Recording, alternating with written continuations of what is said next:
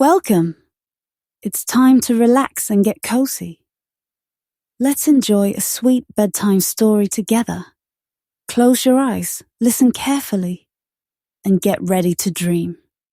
Once upon a time, not too far away from here, in a quiet little village nestled between rolling green hills and whispering forests, there lived a boy named Leo who loved to dream. But he had a tiny problem: he could never fall asleep on time.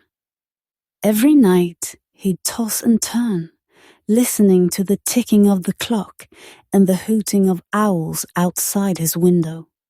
One night, as the stars shimmered high in the sky and the moon cast silver light on his room, something magical happened. As Leo stared at the ceiling, a low hum filled the air. It wasn't a car or the wind. It was a soft, steady chug-chug sound that seemed to be coming from nowhere and everywhere at the same time. The floorboards beneath his bed began to gently tremble. Then, right through the middle of his bedroom, yes, right across his room, without making a single scratch on the walls, appeared a sparkling train track made of stardust and moonbeams. Out of thin air, a glowing blue train puffed into the room. It was unlike any train he'd ever seen. The engine was shaped like a sleepy kitten, and its windows shimmered like the surface of a pond on a sunny day. The wheels made no noise on the track, just a soft humming like the sound of a lullaby. With a gentle whoosh, the doors opened, and without even getting out of bed, Leo found himself floating into one of the cushioned seats. The train gave a soft toot and chugged away, passing right through his wall like it was made of mist. The midnight train to dreamland had begun its journey. Outside the window, the village faded away, and in its place came the land of blankets. A place filled with giant rolling hills made of the fluffiest quilts and cottony clouds. Gigantic teddy bears danced in the distance, and sleepy-eyed rabbits bounced on beds as tall as mountains. The stars above blinked in time with the soft rhythm of the train, and the whole world seemed to yawn and stretch as it prepared for dreams. As the train sped on, it entered the forest of forgotten toys. Here, stuffed animals no longer played with roamed freely, swinging on tree branches made of licorice and sliding down marshmallow slides. They looked so happy and peaceful, welcoming the train as it passed. One of the toys, a tiny wooden horse missing a wheel, waved its painted leg like a flag, and Leo smiled in his seat, feeling his eyes getting heavier. Then came the Valley of Yawns. It was the sleepiest part of dreamland. The train slowed as it passed over bridges made of soft lullabies. Huge yawns echoed through the air like gentle breezes. The clouds here weren't just floating. They were snoring. Even the stars blinked slower. A sleepy warmth filled the train as it rocked side to side like being gently rocked in a cradle. Soon, the train reached a tunnel made of dreams. It was covered in vines of bedtime stories. And as the train entered, Leo could see the dreams of other children floating around. Some were flying over candy mountains. Some were swimming with dolphins that sang lullabies, and some were just snoozing happily in tree houses made of pillows. By now, Leo's eyes could barely stay open. The hum of the train and the sparkle of dreams were too much. His head rested back on the soft seat, and the last thing he remembered was the scent of warm milk and cookies drifting through the air. The train gently circled back through the stars and clouds, through the yawning valley and sleepy forest, finally arriving back in Leo's room. As the train disappeared, the starry tracks faded too, like dust blown away by a soft wind. And there Leo was, back in bed, breathing slow and deep, a peaceful smile on his face. The night ticked on quietly. The owls outside were still hooting, but now it sounded more like a lullaby than a call. And from that night on, whenever sleep was hard to find, the midnight train to dreamland was never too far away. All it took was a quiet room, a sleepy heart, and a sprinkle of stardust in the air. Far above the clouds, past the tallest mountains and higher than any bird could fly, there was a place hidden from every eye on earth.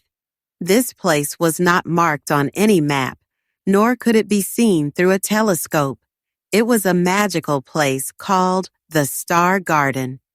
Unlike gardens on Earth filled with roses or sunflowers, this one sparkled. Instead of grass, it had clouds as soft as feathers. Instead of flowers, it had stars, tiny glowing stars of every shape and brightness. Some were round and golden like marbles. Others were soft and shimmering like fireflies. They floated gently in the air and lit the entire garden with a silver-blue glow that never faded. The Star Garden had a gentle caretaker called the Star Keeper. The Star Keeper was not old or young, not a man or woman, just a gentle being made of light and kindness. The keeper moved like the wind, calm and quiet, gliding between the stars each night to care for them. Every evening, as the sun dipped below the edge of the earth, the Star Keeper would begin their routine. With a brush made from comet dust, they polished each star carefully. Then they chose the brightest ones and gently placed them in a glowing silver basket. These stars would be released into the night sky for the people of Earth to see. It was the Star Keeper's job to make sure every child and dreamer had stars to watch over them as they slept. In the corner of the garden, under a sleepy swirl of clouds, lived a very small star named Luma. Luma was the youngest and tiniest star in the garden. She was not as bright as the others, and she wobbled when she floated. Still, she had a heart full of wonder and dreams as big as the sky itself. Luma loved hearing stories from the older stars. They talked about how people on Earth looked up and made wishes. Some children wished for new books, some for adventures, some for peace and love. Luma imagined what it would be like to see those children, to know what trees smelled like, what rivers sounded like, and what the wind felt like when it touched your skin. Every night, Luma looked down and sighed softly. The other stars thought it was silly to wonder about Earth. They believed their job was only to shine and stay in the garden. But Luma couldn't stop thinking. One night, while the Star Keeper was away polishing the distant stars, Luma drifted toward the edge of the garden. Past the silvery fog, beyond the trails of stardust, Luma floated closer to Earth. She drifted past fluffy clouds, past flocks of migrating birds, and into the sky above a quiet village. It was almost midnight. The village was asleep. Windows were dark, chimneys gave off little curls of smoke, and everything was still. Luma floated gently down and found herself above a small house with a garden in the back. This garden was filled with flowers, daisies, roses, marigolds, and violets, and they looked magical in the moonlight. Luma nestled between the petals of a sleepy sunflower and shone just a little brighter. The sunflower stirred, opened one petal like an eyelid, and gave Luma a slow, warm nod. Even the flowers knew that this was something special. As Luma rested in the garden, a soft glow spread across the grass. The insects buzzed with happiness, and the breeze carried her gentle light through the whole village. Something peaceful filled the air. That night, children dreamed sweeter dreams. The trees whispered lullabies to each other. The village slept better than it had in many moons. Back in the star garden, the star keeper noticed one star missing. The basket was one star short. The keeper's heart grew heavy. With a wave of their hand, they summoned a silver thread that reached all the way from the garden to the earth.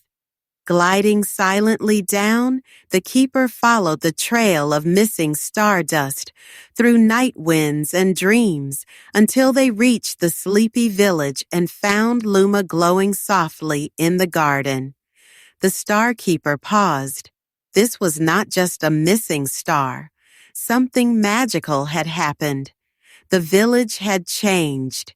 It had become a place where dreams were brighter and hearts felt lighter. The star keeper saw children turning in their beds with little smiles, parents resting peacefully. Even the animals snuggled close, all under the gentle watch of Luma's light. The star keeper decided not to take Luma back. Instead, they gently scooped up stardust from the wind and built a soft nest between the roots of the sunflower. Luma would stay here in this earthly garden to light the nights in a new way. From that moment on, the village became a place unlike any other. Flowers bloomed all year round. Rainbows visited often. Even snow, when it came, sparkled more brightly. Visitors who passed through felt warmth in their hearts without knowing why. They said the place had magic in the air. From that moment on, the village became a place unlike any other. Flowers bloomed all year round. Rainbows visited often. Even snow, when it came, sparkled more brightly. Visitors who passed through felt warmth in their hearts without knowing why. They said the place had magic in the air. Luma became known as the wishing light. Children would whisper their dreams to the flowers before bed, and somehow those dreams would grow stronger. Some children dreamed of becoming artists and woke up filled with ideas. Others dreamed of exploring, and their feet felt lighter the next day. Even adults began to dream again, remembering the wonders they once believed in. Word of the glowing garden spread. People from other towns visited, quietly walking among the petals, feeling peaceful without quite understanding the reason. Luma never spoke, but her light said everything. The star keeper returned to the garden often, not just to check on Luma, but to learn. The keeper watched how the earth needed more than just stars in the sky. Sometimes, the earth needed stars to walk among the flowers, to sleep under trees, to remind people of joy. Inspired by Luma's courage, more young stars began to wonder. One by one, they asked the keeper if they could visit the earth too. The keeper agreed, but only if they promised to bring kindness and peace wherever they went. So the stars began their slow journey to earth. Some landed near lakes and shimmered on the water. Others rested on mountaintops and turned the snow silver. A few made homes in deserts, glowing with calm warmth during the cold nights. Each of these stars brought quiet magic to the places they touched. People who lived nearby started noticing things. The wind seemed sweeter, the sky a little more peaceful, and their dreams a little more beautiful. The star garden was still there, high above the clouds, glowing and peaceful. But now it was quieter. The stars who remained polished themselves with care, smiling as they thought of their friends shining far below. Luma stayed in the garden behind the little house, glowing every night without fail. Children who grew up in the village always remembered the feeling of soft light on their pillow, of dreams that flew like birds, and of mornings that felt full of possibility. Generations passed. New children were born. Trees grew taller. Houses changed.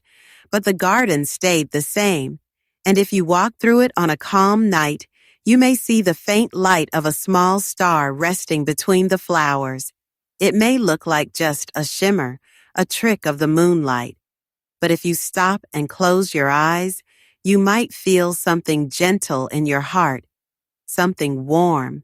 That is the magic of Luma, the star who followed her curiosity, who lit up a village and reminded the world that even the smallest light can change everything. And above, in the quiet sky, the star keeper still watches, still smiles, and still believes in little stars with big dreams. The end, star.